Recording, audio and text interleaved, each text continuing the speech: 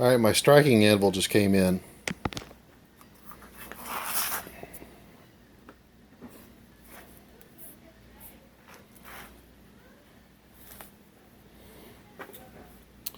From Dustin Hearst.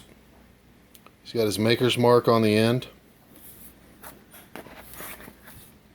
Shipped out of Mississippi. Dustin, if it's not Mississippi, I apologize. But the funny thing is, he packages it in old feed sacks. Dustin, that's awesome, buddy. It's hilarious. I thought it was deer corn, but it's actually feed sacks. Beautiful, beautiful striking anvil. 2 inches thick, 5 inches wide, a foot long. Beautiful.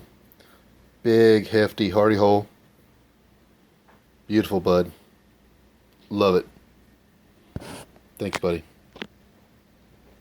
Showed up in time. Dustin Hearst. Find him on Facebook. Striking anvils. Alec, I apologize, but in the States he's a lot cheaper than you are. Dustin Hearst, striking anvils. Beautiful, buddy.